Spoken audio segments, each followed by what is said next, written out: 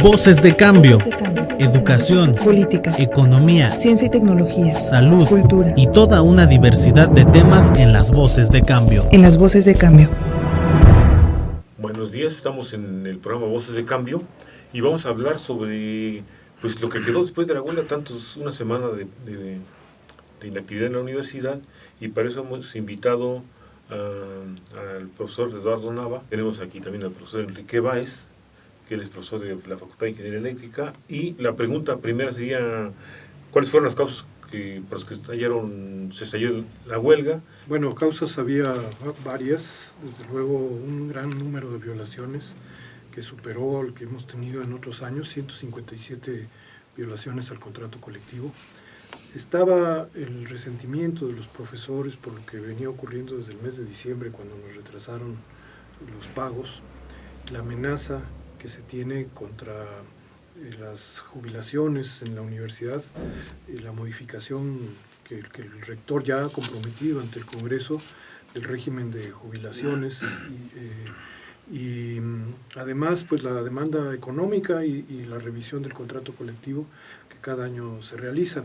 Pero en este caso, entre las violaciones, aunque algunos dicen que no lo es, también un gran número de promociones ya concedidas pero no ejecutadas, más de 700, y bueno, esto ha afectado durante varios años, por lo menos desde 2011, las condiciones de trabajo de un gran número de profesores. Entonces se habían venido acumulando una serie de causales para el estallido de la huelga. Sí, muchas gracias por la invitación, maestro. Yo considero que, bueno, año con año tenemos la revisión al contrato colectivo de trabajo, donde se revisa las cuestiones al salario, las violaciones al propio contrato colectivo de trabajo, y creo que esta vez se perdió pues mucho tiempo que pudieron ver aprovechado para ir avanzando en la reparación de las violaciones, principalmente un incremento de 3.15 inicialmente, y así se quedó, 0.5 a prestaciones, y creo que era todo lo que había. El otro asunto que se estuvo manejando, creo yo, de una manera que sí contamina también ese procedimiento, tiene que ver con las jubilaciones y pensiones. Ese es un asunto muy particular que se debe manejar con mucho cuidado. Bueno, aquí vemos varias cosas. Para el estallamiento de huelga hubo mucha falta de información. O sea, no hubo información ni por parte de la rectoría ni por parte del sindicato. Llegaron los secretarios generales a manejar la información verbalmente, y entonces eso causó mucho malestar y confusión, seguramente porque se contaminaron con esas cosas que decían. Eduardo, mencionaste que para el día, ¿qué tenemos el plazo para ver esto del asunto de pensiones y jubilaciones? No, nosotros no, el rector ha comprometido con el Congreso del Estado presentar una propuesta de modificación a la ley orgánica de la universidad el 31 de marzo. El artículo 29 de la ley orgánica establece la obligación del Estado de pagar estas jubilaciones, por eso es una ley, por eso el Congreso mismo la aprobó en 1986 con esos términos, y ahora el Estado quiere deshacerse de esa responsabilidad de pagar las jubilaciones y cargarlas sobre los trabajadores, seguramente bajo la modalidad que ya hemos visto en otras universidades, de crear fondos de jubilación que luego se desfondan, de los cuales han usado los mismos rectores, hasta los gobernadores, como en el caso de la Universidad de Colima.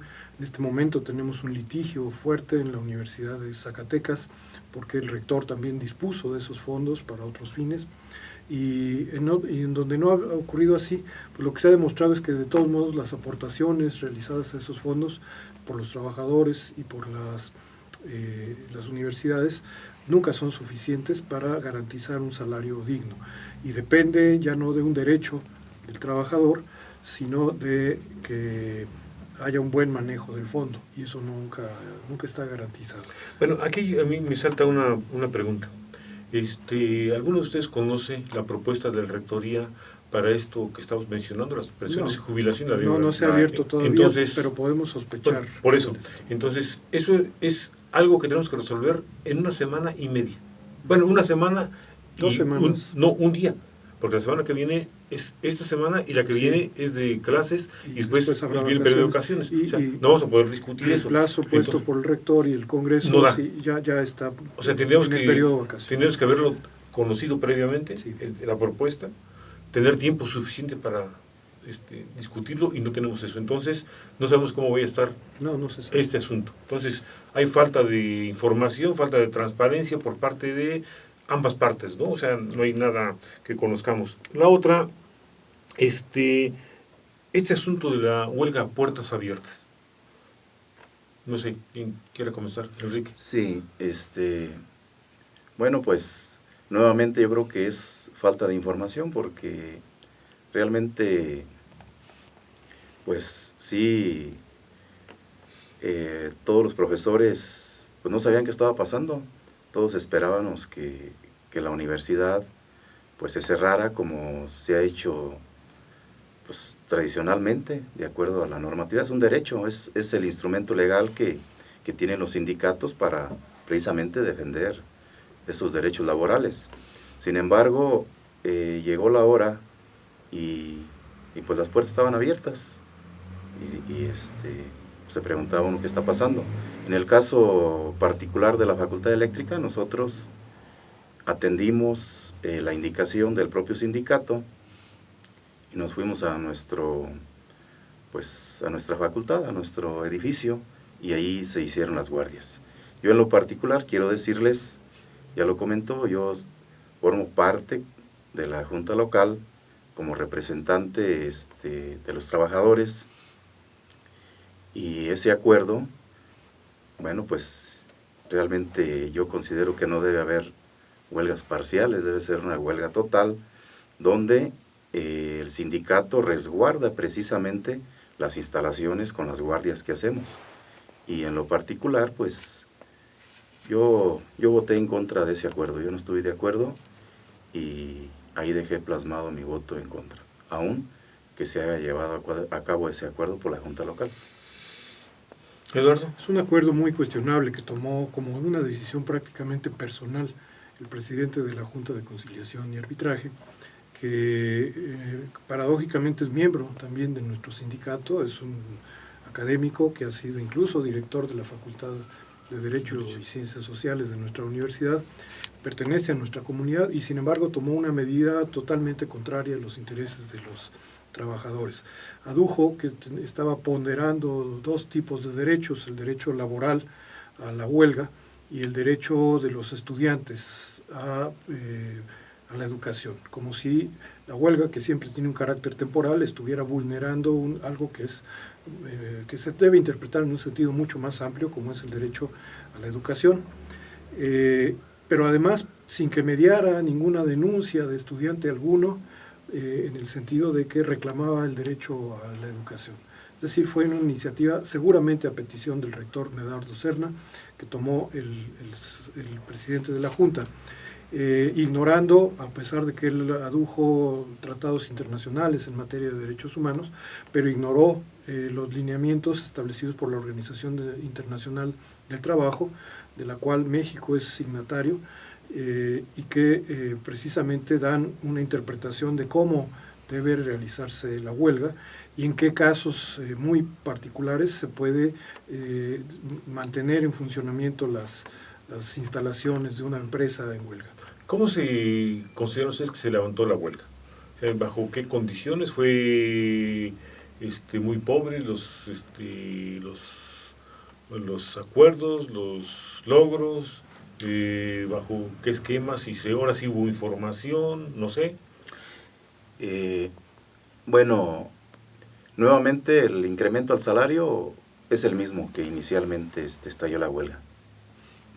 Fueron 3.15 directamente al salario tabular, 1% a prestaciones, o sea, se incrementó 0.5, y algunas otras prestaciones económicas, las que recuerdo que nos presentaron, fue 100 pesos más a un vale de bibliografía que tenemos derecho, se incrementó 100 pesos más, a los anteojos 100 pesos más, a la canasta navideña 100 pesos más, y a un bono que le dan a los jubilados.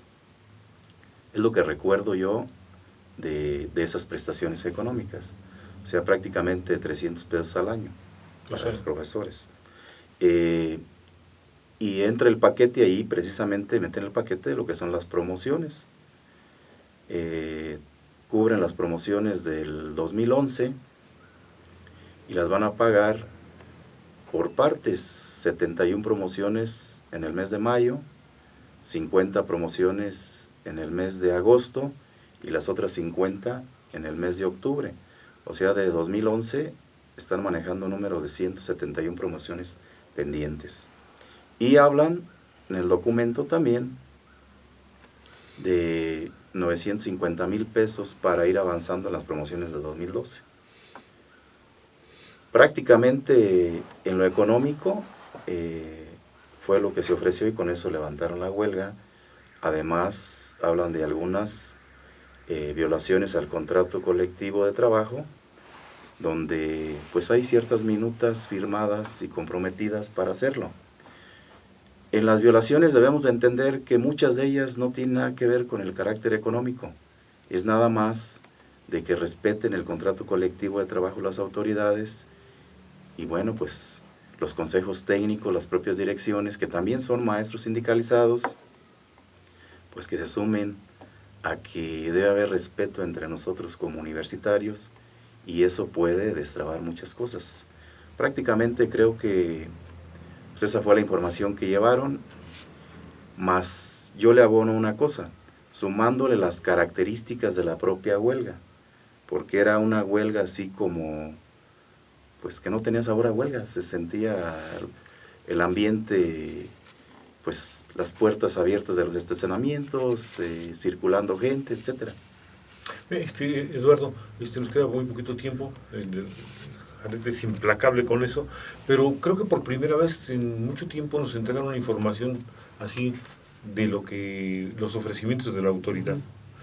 Y bueno, bajo este esquema se levantó la huelga, pero a mí se me hizo raro, extraño, sospechoso el hecho de que nos hayan mandado un oficio donde hay un compromiso para que trabajemos en conjunto para resolver ese asunto de las pensiones, jubilación y la ley orgánica, en concreto, y la votación se sometió inclusive a votación, sí. Y la votación fue muy cerrada. Entonces, ¿qué opinión tienes de esto? Bueno, que el sindicato tiene acuerdos muy claros de sus congresos de representantes, no de uno, sino de todos, en el sentido de no modificar el régimen de jubilaciones, a pesar de la insistencia de las autoridades y del Congreso y distintas instancias también del gobierno estatal. Pero siempre hemos pugnado por una reforma democrática, que es lo que no se establece en ese documento, que será democrática, pero sí se habla de una reforma integral universitaria, que implica revisar en su conjunto la ley orgánica. Tenemos 30 años sin estatuto en la universidad, porque el Consejo Universitario no ha expedido en 30 años el estatuto, a pesar de ser una ley o una obligación establecida en la ley, y desde luego revisar toda la reglamentación universitaria.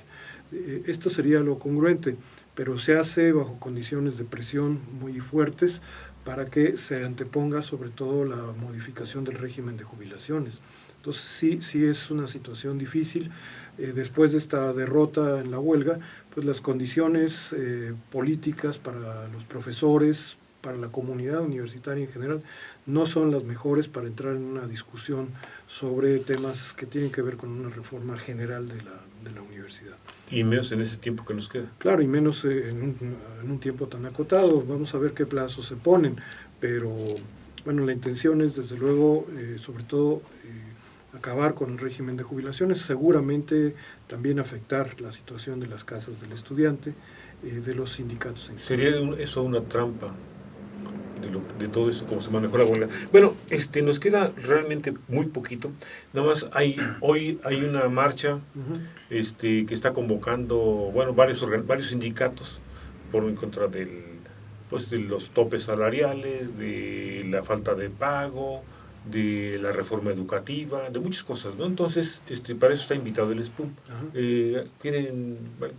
Bueno, de aquí nos vamos a marchar. De aquí nos vamos a marchar. Bueno, pero el rector no dio permiso para que fuéramos a marchar. No, desafortunadamente nuestro comité ejecutivo pidió permiso cuando la cláusula 123 de nuestro contrato colectivo establece claramente que siempre que el trabajador, el afiliado al sindicato, se requiera su presencia en una actividad sindical, pues las autoridades deben dar esta anuencia. Sí, pues debe de haber la libre manifestación, y bueno, pues yo creo que para esas cosas, pues no, ya está plasmado en un contrato, y pues si piden permiso, pues obviamente pues la respuesta ya sabemos cuál va a ser. Lo que sí es cierto es que a nuestro sindicato, pues nos urge fortalecer nuestro sindicato, que sea un sindicato unido, con mucha convicción, y defender nuestros derechos laborales. Sí. Pues creo que es el tiempo, ya nos está diciendo Janet, ¿qué es esto?